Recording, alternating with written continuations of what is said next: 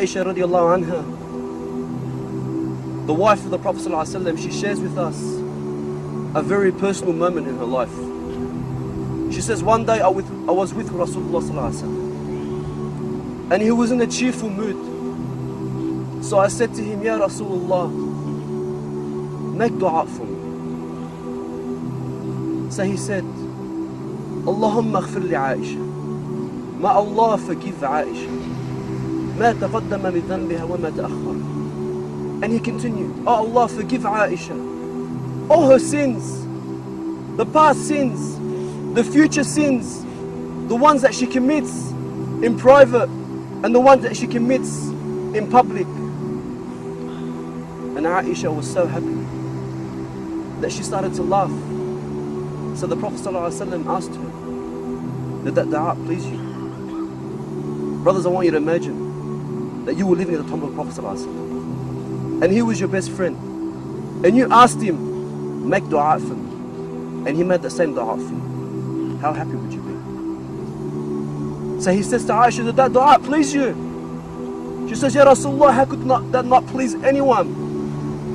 He says, Wallahi, by Allah, إنها لدعوة لأمتي في كل صلاة. He says, by Allah, that is the same dua I make for my ummah in every single one of my prayers. The Prophet ﷺ made that same dua for me. How much does the Prophet ﷺ love us? He would cry in front of the Sahaba. He would cry and he would say, I miss my brothers, the ones that I love. And I would say, Ya Rasulullah, aren't we your brothers? He would say, no, you are my companions. But my brothers are the ones that will come after me. And they will believe in me. And they would never have seen me. This is you, brothers. The Prophet ﷺ is crying because he misses you. He would stay the night praying to Allah, crying out to Allah, my ummah, ummati, ummati. The Prophet ﷺ is crying for you. When was the last time you cried for the Prophet ﷺ? The Prophet would give khutbah and he would lean on a tree as he would give the khutbah, until they built him the mimbar. The following week, standing on this mimbar, the companions would say, we heard the tree crying like it was a little baby. The tree was crying because it missed Rasulullah sallallahu alaihi wasallam. If this tree, brothers, this tree which is not a living thing, is not obligated to love Rasulullah, was crying because it missed Rasulullah. And other people who say Muhammad is Rasulullah, are we not more worthy to cry for missing him than this tree? Are we not worthy? The companions will sacrifice so much.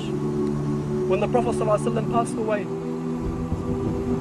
and Bilal, the one who would call the adhan, he could not do it anymore. He would sit in the Prophet's mosque and he would imagine looking at the house of Aisha where it was the grave of the Prophet ﷺ, and he would imagine the Prophet walking across the Rawdah and saying to Bilal, Arihna biha ya Bilal, comfort us with it ya Bilal, make the adhan for prayer. And so Bilal could not stand living in the city of Medina without Rasulullah ﷺ. Every street, every corner, every rock, everything would remind him this is where the Prophet ﷺ was. So he leaves the city, as many companions did, going for jihad, until many years later, when Allah subhanahu wa ta'ala gave victory to the Muslims in Jerusalem, and the Sahaba would be reunited for the first time in so long since the death of the Prophet. And they would see Bilal, who had not given adhan for 6 years, and they would say to him, Ya Bilal, adhin lana, make adhan for us just one last time. And he would say, no, fa'adhurin, please, I can't, it's too painful. They would say, please, they ask Umar, Ya Amir al-Mu'mineen, please speak to him. Until Umar spoke to him and he agreed. And say Bilal would get up to make this adhan, the first time since the death of the Prophet ﷺ. And he would call the adhan. The memories, the sweet times, the fragrance of the Rasulullah, his warmth, his compassion would come back to the Sahaba and they would all cry. Could you imagine Umar crying like a little child? And Bilal would struggle through the adhan, and he would continue until he would get to the part in the adhan, Ashhadu anna Muhammad Rasulullah, until he would break down and cry, and he could not continue anymore. Many years later, when Bilal was on his deathbed, dying, and his wife would say to him, "What sorrow? What sorrow?" He would say, "No. What happiness? What happiness? What joy? For tomorrow I will be with the one that I love. I will be with Muhammad sallallahu alaihi wasallam." How many of us cry for Rasulullah? How many of us love the Prophet sallallahu alaihi wasallam like the way he should be loved?